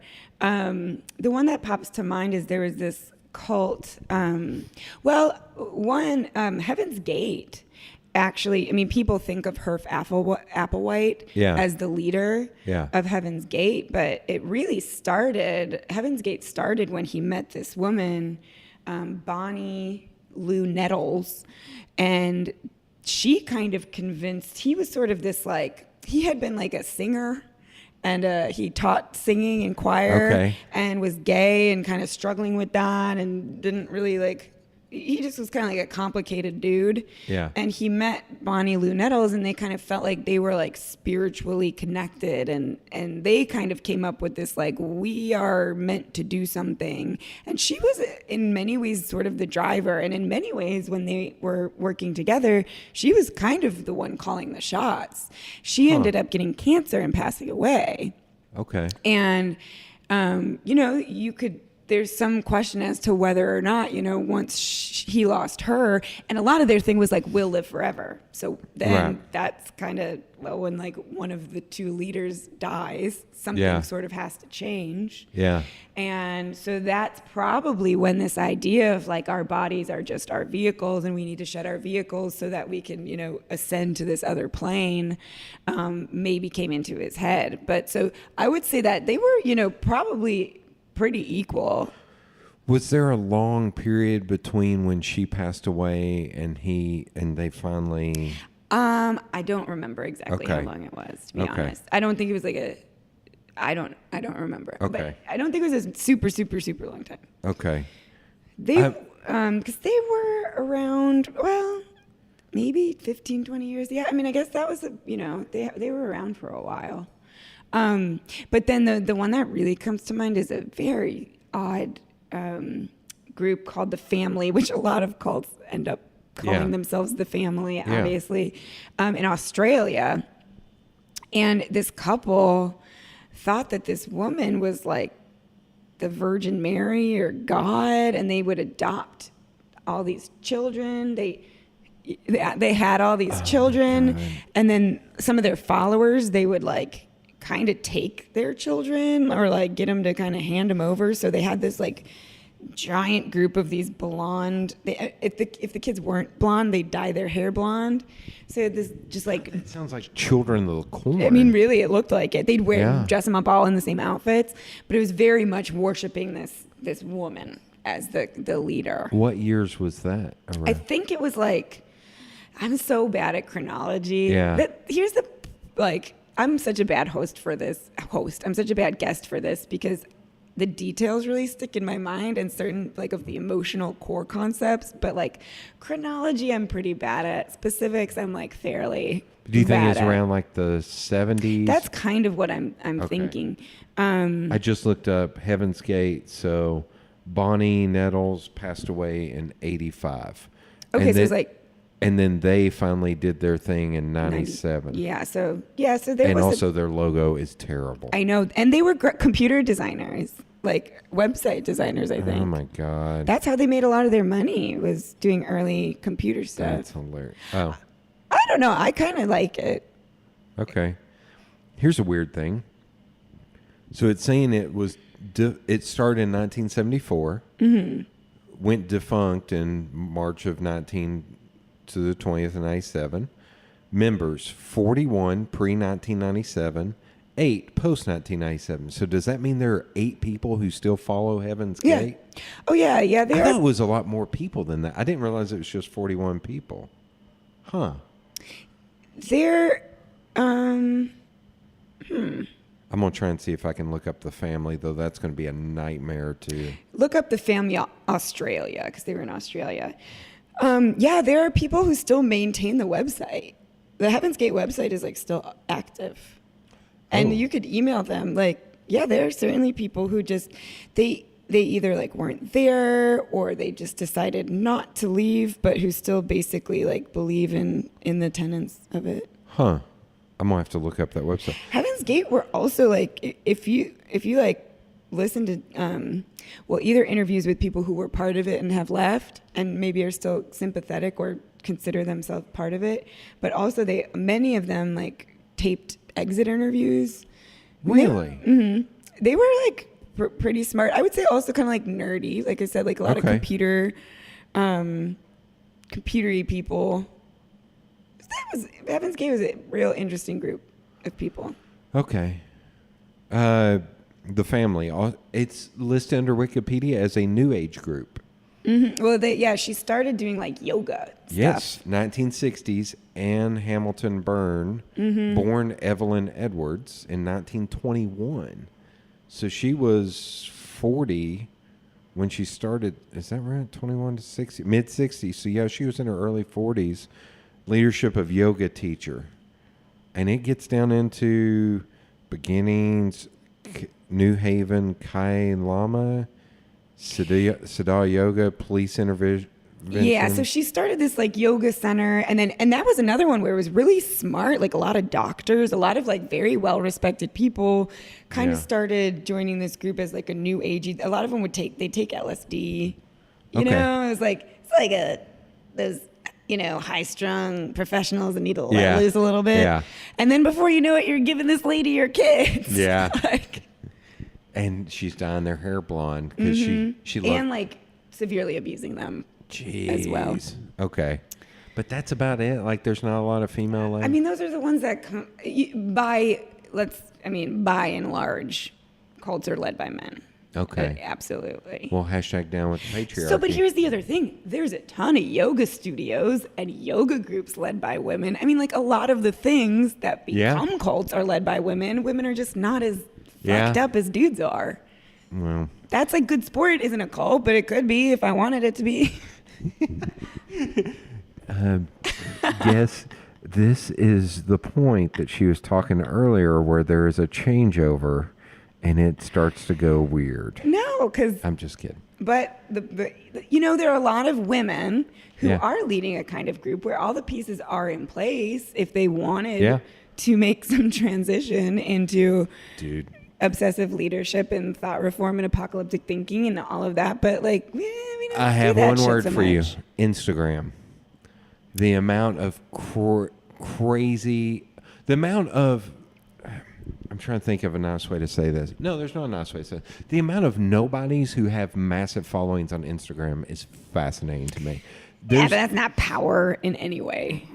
I don't know. I've seen some of them post about like, influencer, or an ad for something and be like, you should get this, like, and people buy it. Like, I'm not saying it has to be all of their followers, but some people. Maybe. Yeah. I do have to go. Okay. But that's a whole nother thing is mid-level marketing is also totally a cult. Yeah. And that's for another day. Okay. Thank you. Thank you. Sorry to end it so fast. No. I've got a cult to lead. Yeah. We may put a pin in this and try and catch up and do a little bit more in like a week. Yeah. If that'd be cool. Sure. So this is part 1 of 2. Okay. And then the next one, all you'll hear is thank you, and then it'll start up again. So thank you. Thank you. We've covered a lot of ground. What do you think? I'm trying to think which order to ask these questions. What do you think is the weirdest cult out there? Like currently in existence or that has ever existed? Maybe ever. The weirdest cult that has ever existed. I don't know. So conspiracy theories are not really a cult. Like flat earthers are not really a cult. No, because there's not like a single figurehead. Okay. And they're not like, there's the difference. We kind of talked about this last time. The difference between people who just like feverishly believe something, what makes something like a cult or particularly a destructive cult are these, there's kind of 3 criteria, which is charismatic leader who is at the head of everything, like we said, like some system of kind of indoctrination or thought reform. And then what makes it destructive is like the exploitation of its members, often financially, sexually, isolating them from family and stuff. So, flat earthers are certainly, or people with any kind of conspiracy theory or non-traditional belief can certainly believe that feverishly and in a way that can take over their lives, but they're not being exploited for some, power-hungry dude's gain. Yeah, gain of others. Yeah. Okay. And I think, conspiracy theories are cool. Yeah. I was going to say this could just evolve into us talking about Bigfoot on whether he's real or not. Yeah. Well. Yeah. But, okay, so weirdest cult. Like, do you think it may be like the one in, was it Japan? Where Om Shinrikyo. That one's weird. That one's super weird. Weird for a lot of reasons. The members of it were highly intelligent, which is not rare, which is sort of goes against what a lot of people I think of as like people who join cults are these like dumb, gullible sheep people. These real, the people in Om Shinrikyo were like smart scientists, nerds. They built, a big old lab and were making all these gases. Kind of like the Rajneeshas, That's what I was just about to ask. That's a weird one. Like Wild Wild Country is considered a cult, right? Yeah. Like it's not. I would consider it a cult. Like, does that kind of blur the line of what is a cult and what is a communal way of living? Is there is a difference, but it's. I mean, it's so hard. Sure. Yeah, I would say there is a difference. There's plenty of ways of communal living that are not cults, like living Like in a artist communes and yeah, stuff like or that. Yeah. I mean, even a religious commune can Right. certainly be, a functioning commune and not be a cult. It's that when it becomes exploitative and when it becomes much more about the gain of the leader or leaders, and when it becomes super socially isolated, I think too can be a big factor there. Wild Country was an interesting documentary. I really didn't know much about Yeah. that whole thing. Which is wild because it kind of happened in our lifetime. Yeah. Like that's the weirdest part about it. And Yeah. it's still going on. Yeah. Like, And I think a lot of people didn't really know Yeah. about that. I did, not a ton of research or anything, but like poked around after watching it, and there's a lot of shit that they didn't mention. Oh, really? It almost, they kind of handled it with a light touch. really? There's a lot more kind of weird sexual abuse and physical abuse, and they did this like really aggressive quote unquote therapy that was like apparently Okay. quite traumatizing for a lot of people. Jesus. Um, okay. And I think, when I was first watching it, one of the things I sort of liked that was that it was asking that question, is this a cult? And, Right. the people in the small town of Antelope, are they just like these racist, people who Rednecks. don't, yeah, kind of like, or not even rednecks, just like, do they, Blanket term. yeah, do they just not want their Right. way of life to Right. change? And are they being sort of xenophobic? Are they being racist? Are they being intolerant of other belief systems? And it kind of painted it like that was a legitimate question. Yeah. And I think it kind of wasn't really. I think No. they really Oh. did come in and were kind of like, we're taking over from the Oh, beginning. okay. And so I think it was good because it made you kind of question what is a cult and Yeah. when did it become that way. But I think that for the sake of like having an interesting narrative, they sort of almost painted it a little, they like it was more ambiguous. Okay. I don't know. That's my sort of impression of it. When you normally watch documentaries or reading books or anything, do you then go and do a little further research? Oftentimes, if I'm interested in it. Well, I think about like that Making a Murderer. Mm-hmm. I watched season 1. I never read anything additional to it. Oh, okay. I did. You did? Mhm. I was almost, a little nervous too. Like, oh God, what Yeah. am I going to learn that I didn't learn on that? Well, it's always much more complicated. Yeah. Because I know the season 2 trailer released recently. Oh, I didn't know they were doing season 2. Yeah, they're bringing in somebody who turns over cases, like a lawyer, to fight the case. Got it. And that looks like that's what season 2 is going to be about. It doesn't look like, well, what you're saying about how they had a light touch. It feels like season 2 is going to be just about that. It's not going to be, well, here are things we left out or anything, which I find interesting. Yeah, I mean, Making a Murder is interesting. A good, actually, Lance, who was on your podcast, grew up in that town, and like. I thought that documentary was really interesting. The big takeaway was like our system can go so wrong. Oh, yeah. Can go so wrong. yeah. And I think the more sensational piece of that documentary is like, did he do it or did he not do it? Right. And we were not in that courtroom. No. And we didn't hear even a fraction of the evidence. And there was so much that Yeah. they didn't cover that did, Okay. those jurors were not like idiots for convicting him. Let's put it that way. So No. my uncle's old roommate watched every minute of the OJ trial, and he said if you watched every minute of it and you saw what the jurors were presented, you understand why he was voted not guilty. Really? Yeah. He was like, because there's so much they showed that people didn't think about it, or like, well, they said this, and it's like, no, the jurors were not in the room at that moment.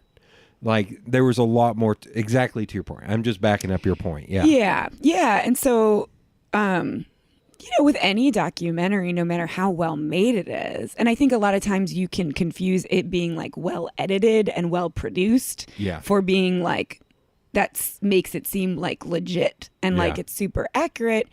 any documentary is going to have a point of view or an angle or be edited in a certain way for narrative to make it interesting. And so, if you have the interest to go and look at actual like source documents, that's going to give you a much clearer picture. It's going to give you a more boring and more ambiguous picture of anything. And I hear from our friend Megan that she and I disagree with you on the staircase. Oh.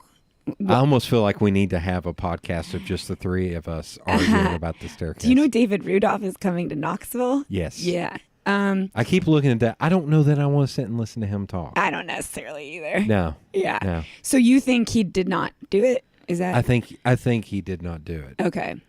I think he did. That's just gut feeling. God, it's 2018. I can't say some of the things I think. I think it's, God.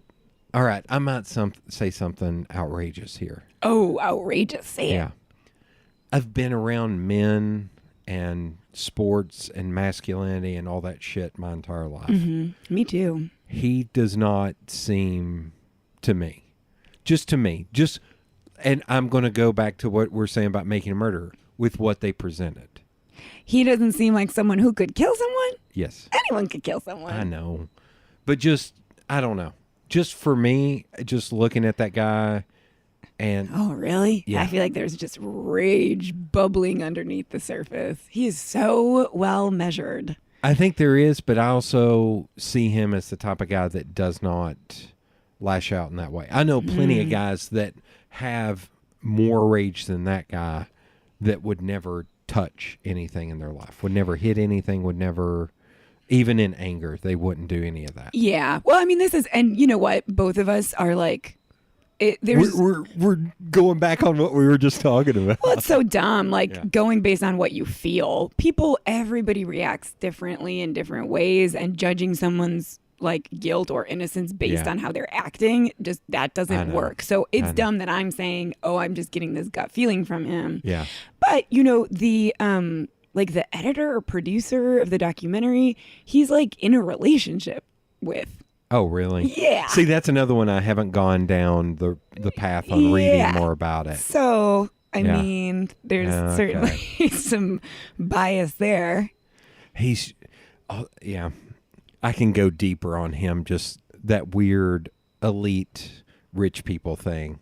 Like, I've been around people like that, and the fact that they're all just so...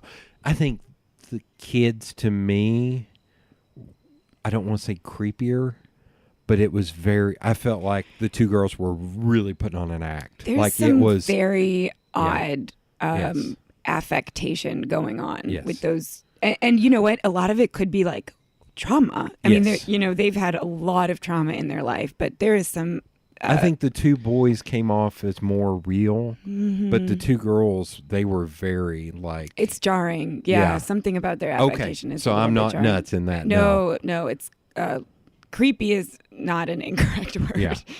Like, I don't know. I find, But again... And one of them wanted to be in Hollywood or worked in Hollywood too, like... at the end, wasn't she a screenwriter or something? Like that. So it was kind of like, Anyway, I can't go down that route. Well, but like so then if you start looking at like, and I like everything, I just don't remember a lot of specifics. So, and I'm not an expert in any of this. No. But like he was not working for like years. He hadn't made any money, and they were like in quite a bit of debt. I mean, she made, she was a good amount of money, like, $100,000 a year, but she was in danger of losing her job. Yeah. And their mortgage on their house was like, crazy. And kids in school. Exactly. Yeah. And so, there's motive life insurance wise for that to happen. He had called the girls. Wait, who was that other one? His ex-wife, and asked her for money for something. So, I mean, just all of them, the way they talked, even his ex-wife, the way they talked was so weird. Like it was so, it was a little disconnected. It was, I can't remember if we ever talked about it. shoot, what was it? The one where they strapped the bomb to the dude's neck. Oh, what was that called? Evil Genius. Evil Genius. No, I take that back. I think we did talk about it. Because you and I talked about how I posited this theory that there are people that are crazy smart, but still have like mental handicaps. Of course. Like the guy in the overalls from that, the big giant dude. Yeah. Like he had to have been, all of them had to have been ridiculously smart. Her and that dude, but they all had just weird things to where I think what we talked about is I said, I bet if they grew up now, they'd be on ADHD and ADD medication. Or some kind of medication. Yeah. I mean, yeah. If they were diagnosed. So I think that's what it goes back to the staircase people. I'm like, all of you feel like this weird, like super elite, blue blood. No, am I saying that the right way? Maybe. The rich, right. rich people, you all have that weird affectation of that you went to private school and the way you talk and all that. Right. It's just super weird to me. Yeah. Certainly there's like some affectation going on, but like I said, I would not be surprised, especially with the daughters, if there wasn't some kind of PTSD or trauma related stuff happening. Okay. So weirdest cult, you think Om Shinrikyo? Am I saying Om Shinrikyo? I would say that's kind of the most bananas one. Like they were dissolving bodies in vats of acid, and they had all these strict like eating things, but then the leader would just like, he was just like this huge glutton who would like secretly eat all this shit food. And I mean, they were terrorists. They were legit terrorists. Yeah, that's one you could really, I haven't really like dived into that one a ton, but there's a lot there, and it's not super well known. I don't know if it's just because it wasn't in America or what. And I'm trying to think if I even only knew about it because of you. I think I only knew it because when you start talking super cult, you told me about that cult. Maybe. I think that's the only way I heard about it. Yeah, that's possible. What is the most interesting one? Oh, would that be the most interesting one you think not many folks have heard of? Probably, yeah. I mean, I was Okay. just surprised at what a big deal that was. And again, like you said, like something that happened in my lifetime. Like this was the 90s. Yeah. And I had no idea really that had ever happened. I wonder if that happened now, like in the internet age. I would, yeah. Would that be seen as like, oh my God, this is the most scary? For aggressive- sure. And I think people like cults are having their moment. Who knows why? I mean, because of these documentaries that are coming out, and because, the internet does facilitate people diving deep into, things, and people finding each other. But all these, I was thinking about doing this cult podcast, and all of a sudden all these cult podcasts started coming out, and I was like, ugh, well, I guess I'm not doing that. So, I think probably now more people have heard of it because there's this interest in it. But yeah, certainly if that happened today. Because of content, because people need content, so they find something that not many people have heard of just because it's a thing. Yeah. Just like the Dollop does the history stuff, and the Boogie Monster does kind of like conspiracy theory stuff, and some of the things they've mentioned, I was like, come on now. Was this like two people? Like, like just because you're building content, I guess. Right. Are there any current cults going on now? Now, because of everything that's happened before, like Ruby Ridge and Waco, do the authorities have to be extra careful more so now with cults? I mean, like, I'm not an expert on this, but there's always been, it's always tricky because freedom of religion, right? And so that's always going to be, I would say law enforcement probably never really wants to get involved unless they have to, Okay. I mean, but there are current cults. Oh, of course. I mean, we don't know probably about a lot of them, but I mean, Scientology still exists. There's also, what's it called? Large group something training, large group LGAT, these like things like the Landmark Forum. Have you ever heard of that? Yeah. So that there are a bunch of those groups that kind of started in the 60s and 70s that are these sort of like kind of like The Secret sort of thing, like human potential movement, these like, be your best self kind of things. And a lot of those became pretty creepy and pretty exploitative and, kind of Tony Robbins-y. Yeah, but more disturbing. They would kind of like force you into traumatic situations and do sort of like these hypnotic things and make you spend all this money. EST was one of them in the 70s. Okay. And like, I don't know if it was that one or a different one, but have a lot of these large, I don't know if anyone is into cults who's listening to this, they're like yelling.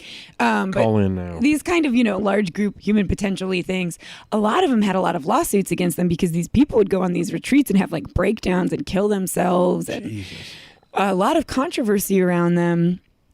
And, but a lot of them kind of still exist today in some form. Like the Landmarks totally still exists. I'm not saying Landmark Forum today is a cult, but it certainly has like, its origins have a lot of diciness in there. And, there's a lot of these kind of, self-actualization things are centered around a very charismatic person. They do have very strict ways of, telling you how to think and behave. And the people at the top are making a lot of money off of it. Yeah. That's true of, those kind of things. It's true of mid-level marketing. I think mid-level marketing is the modern day entrepreneurial cult. Yeah. I mean, really, you could totally make the argument that that's a cult. Like, for sure. Yeah. Hashtag Rodan and Fields. I mean, it's certainly exploitative. It's certainly making people it's a pyramid scheme. The person at the top is certainly making a lot of money. It is, they definitely have certain ways of thinking. It's your fault if you're not succeeding. Right. The part that's maybe a little different is they're not really like trying to socially isolate you. They're not like apocalyptic in their doctrine. And the leader does not want to bang every woman in the cult, well, which is still what knows? I think. I still think that's a tenet of a cult. A lot of them. A lot of them. Do you think there are any good cults or have been any good cults? I mean, then you would have to kind of, when I think of like the word cult, I think of like destructive cults. And so.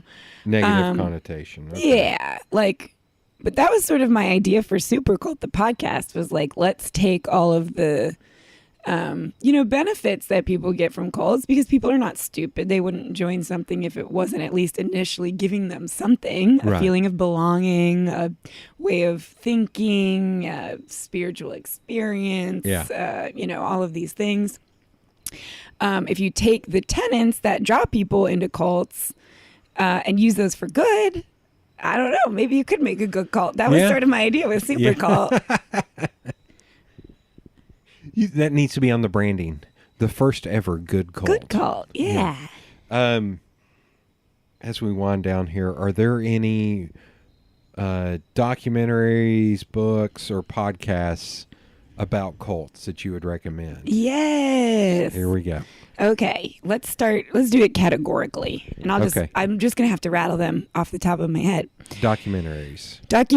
Okay. I made a list. I made a list once. Let's see. Obviously, Wild Wild Country we've talked about. Right. There's a really good one called Holy Hell.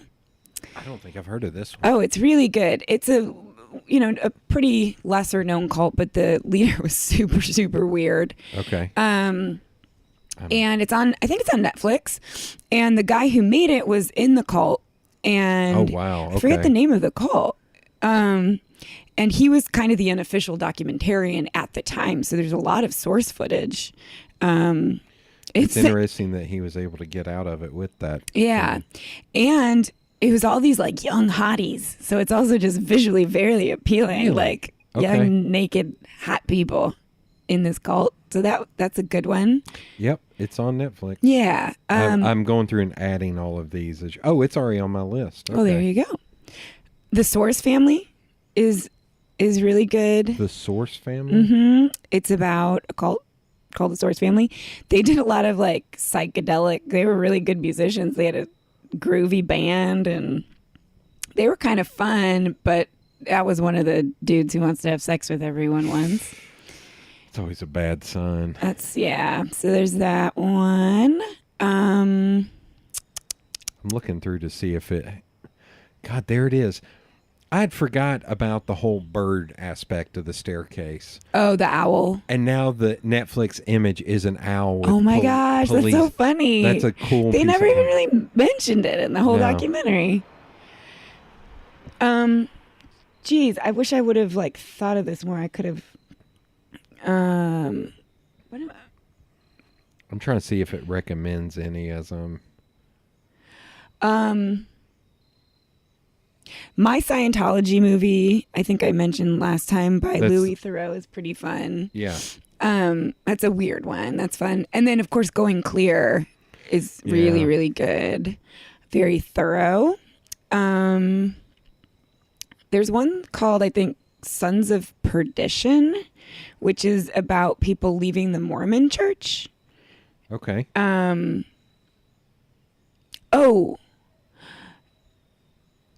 There's one called Join Us. I think, okay, unless I'm wrong, there is definitely a documentary called Join Us, and I think it's about this woman. It was a much smaller cult, a real kind of small, sort of Christian-based cult. 4 families as they leave an abusive Yes. church in South Carolina. Yes, yeah, and they're leaving, and especially this one woman in it. It's very like the process of her trying to leave this cult it really mirrors someone trying to leave an abusive relationship, and you just see like how hard it is for her and how tempted she is to go back, because once she's out of the system, it's like she's so raw and like doesn't know what to do. It's fascinating. Have you seen that Hulu show, The Path? Yeah. Is it good? No. Oh, is it not? It's got a lot of good fine. actors in it. Yeah. Like- It's okay. fine. I don't know. Okay. You saying that made me think about that show. Okay. Yeah. I wouldn't like recommend The Path. Okay. Okay, those are the ones off the top of my head. I'm sure I could think of more, but Yeah. podcasts. Podcast. Yeah, let's go with podcasts. Okay, Dear Franklin Jones is a good one about a small cult. Okay. That someone was in. Oh wait, it's Glenn Washington. Yeah, Glenn Washington, who hosts. What is he? I'm totally blanking on the name Let me of set my cigar down. his and I'll- podcast. Glenn Washington podcast. Let me see if I can find it real quick. I can't believe I can't think of the name of it. Anyway, so he was kind of in a cult. And so this is sort of the story of that specific Okay. cult. There's a 30 for 30 podcast about Bikram yoga. Really? Yes, that is very interesting. And I would say that there's a lot of cult. It's cult adjacent, if not a cult.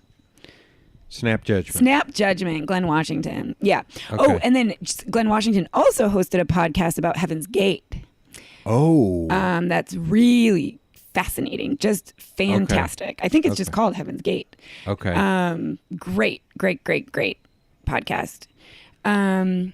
30 for 30 on Bikram yoga. Yeah. I got to watch Yeah, that. yeah. It's really good. And then last podcast on the left is not cult exclusive, but they really do a lot of deep dives. They do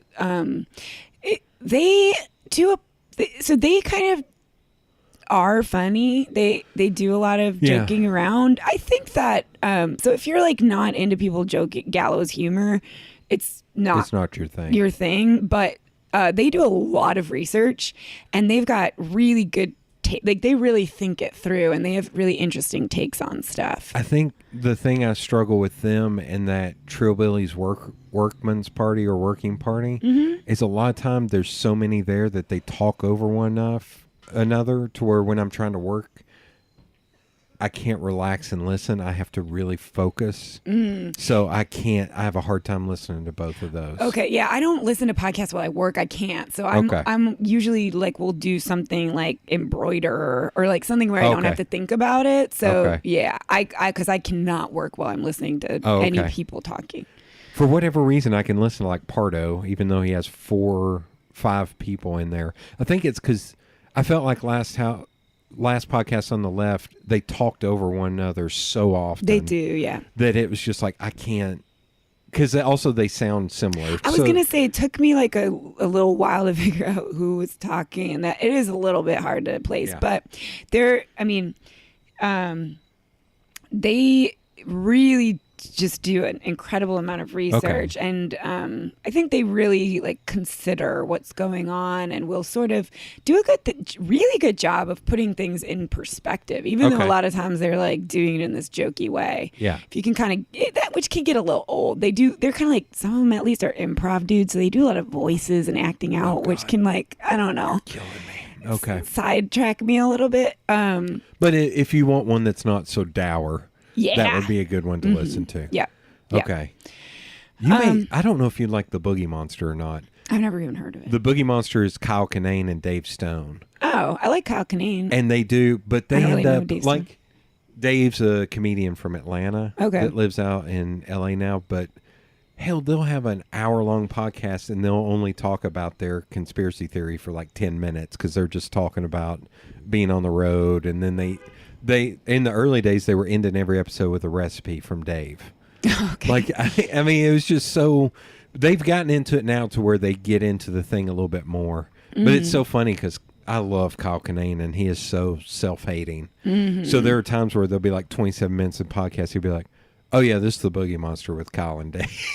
Like he hadn't properly introduced it at the beginning. Yeah, I tend to like focus. Okay. Yeah, it is not focused at all. But I love listening to those two idiots talk, so that's how I can get into it. And it's one that I can bank like 4 episodes and just listen to them back to back to back. And yeah. Do you listen to The Dollop? No. The Dollop's amazing. And it is focused. Okay. Dave Anthony and Gareth Reynolds, and Dave will research a story from American history or history, because they do shows in Australia, and they'll tell a story like one of the last, and a lot of times you don't know what it is until like half the way through. Okay. Like one of the last 2 ones was on the Stonewall riots in New York. And you didn't know it was about that until halfway through? No, because he goes so far back in history. Oh, got it. That by like the time he gets to when he and... finally gets to it, it's like it's all about the mob. I didn't know much about Stonewall, so it was all about how the mob created these safe spaces for gay men to get together because they made money off of it. I didn't know that. Yes. So, and then some place got shut down, some place got raided, and they're like, so the mob they bought a building called Stonewall, and it's like, oh, that's what we're talking about. Oh, cool. So it's sometimes like that. Like Micro has a podcast like that where he'll tell a story and he won't reveal who it is until the end. Oh, that's cool. And sometimes you'll figure it out. Like he'll drop little hints, and I was like, I think he's talking about Brian Wilson from the Beach Boys. And then it gets to the end, it's like, he was talking about Brian Wilson from the Beach Boys. That's kind of fun. So stuff like that. It's like Paul Harvey, if you ever listen to Paul Harvey. Paul Harvey was a radio guy way back in the day, and that's the way it is, or something like that. But I didn't realize until recently that he had a little bit of a Christian bent to him, but I just didn't know. Because he would do the same thing, tell these short stories about history or about people. It was fascinating. Or stories in the news that he also had a great voice, so... Okay. Books. Okay. Well, there's one by Rick Allen Ross, which if you're just kind of like interested in... The rapper? Sorry. Sorry. You just want like a general overview. It's sort of like, it'll get you primed. It talks about a lot of the definitions of what a cult is. It talks about different like ways of thought reform. And then he kind of will go over... He talks about significant cults in America and abroad. And then he talks a lot about, so he was a cult intervention person for a long time. Okay. And so he talks about the process of cult interventions. So that one's just sort of like a good overall, like almost like a textbook, you know? Okay. But it's an interesting read. The best, I think, like focused book on a cult is Road to Jonestown. Okay. I'm going to blank on the author's name, but it's just so fascinating, so well written. Goes all the way back to Jim Jones when he was a kid, all the way up till the end.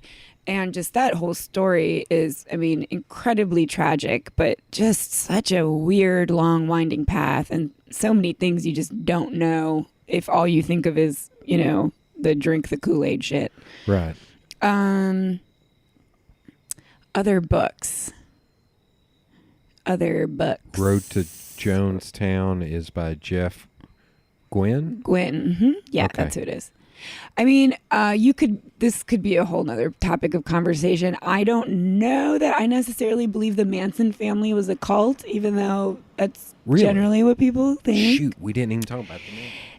But Helter Skelter is interesting. It's by Victor Bugliosi, who was the prosecutor. So he has a lot of interest in painting it as a cult and as this very like thought out thing that Manson did because he was prosecuting him. So he kind of lays out his theory of the case. So that's interesting. I don't know that Charles Manson was that smart and that he had this like really grand plan. Yeah. That Bugliosi says he did. It's personally weird in hearing about Manson because everybody talks about him like he was charismatic and he's kind of a loser. But because I didn't grow up in that era and I just see him of the 80s with the swastika in his forehead, I was like, how was he charismatic? He seems like an absolute nut job. He was kind of cute. He wrote a few good songs. Oh my God. He did. Now I see why you don't think it's a cult. I'm just kidding. But yeah, Helter Skelter is interesting. So Dad read that when that book came out. Yeah, a lot of He's people talked to me about it before. Speaking of cult leaders. Hola. I'm just going to stare weirdly. Yeah, we're just going to sit here. This makes for good podcasting. I just sit No one quietly. knows what's going on. My husband just came home. Yeah. My side piece just came home. Your side piece? I'm just kidding. That's fine. That's fine. Whatever y'all do. Okay. I'm trying to think if is there anything to watch out for? Like you might be in a cult. No, that like you can sniff something coming. Like even if it is mid-level marketing or something. Mid-level marketing for sure. Yeah. Don't do it. No, I mean, I think like now is such a scary time. Yeah. Well, so this is, you know, a lot of cults, even that exist today, or that kind of a lot of cults kind of came to a head in the like 90s. Yeah. Started back in the 60s, you know, when we had this great hippie free love thing going on. And when we started to see that could go to really dark places, you know, people were getting addicted to drugs and, you know, it wasn't really solving all the problems we wanted them to. A lot of cults started springing up in that time. Yeah. And that's not by accident that, you know, towards the end of the 60s, beginning of the 70s is when a lot of these like new forms of thinking took place to give you the answer. Okay. And I think we're in a time now where like everyone's real freaked out and it's some scary shit going down and it's kind of a prime time for people to come and say like, you're scared, this is terrible, I have answers. Like it's because in a way Trumpism is a cult. Because you have people literally denying facts. Absolutely. And it's one of those, is Trump a cult leader? Is he Hitler? Is he, what is he? Yeah, like, time will tell, I guess, but. Yeah, I mean, yes, and like, exactly, like totally denying facts, creating your own sources of what is acceptable and what is not acceptable to let in, and us versus requiring them, and blind faith from everyone that follows. Yeah, so I mean, I think we're in a time where people could be especially vulnerable to, you know, trying to, because we all want an answer, we all want a way to like be okay. Yeah. So don't join a cult. That's not the answer. Hot take from Dale Mackey. Unless I start one. And then unless you see Super Cult come pop up on on your down. radio. Because it'll be a good Good cult. All right. Thank you for doing this. You're welcome. Please join my cult.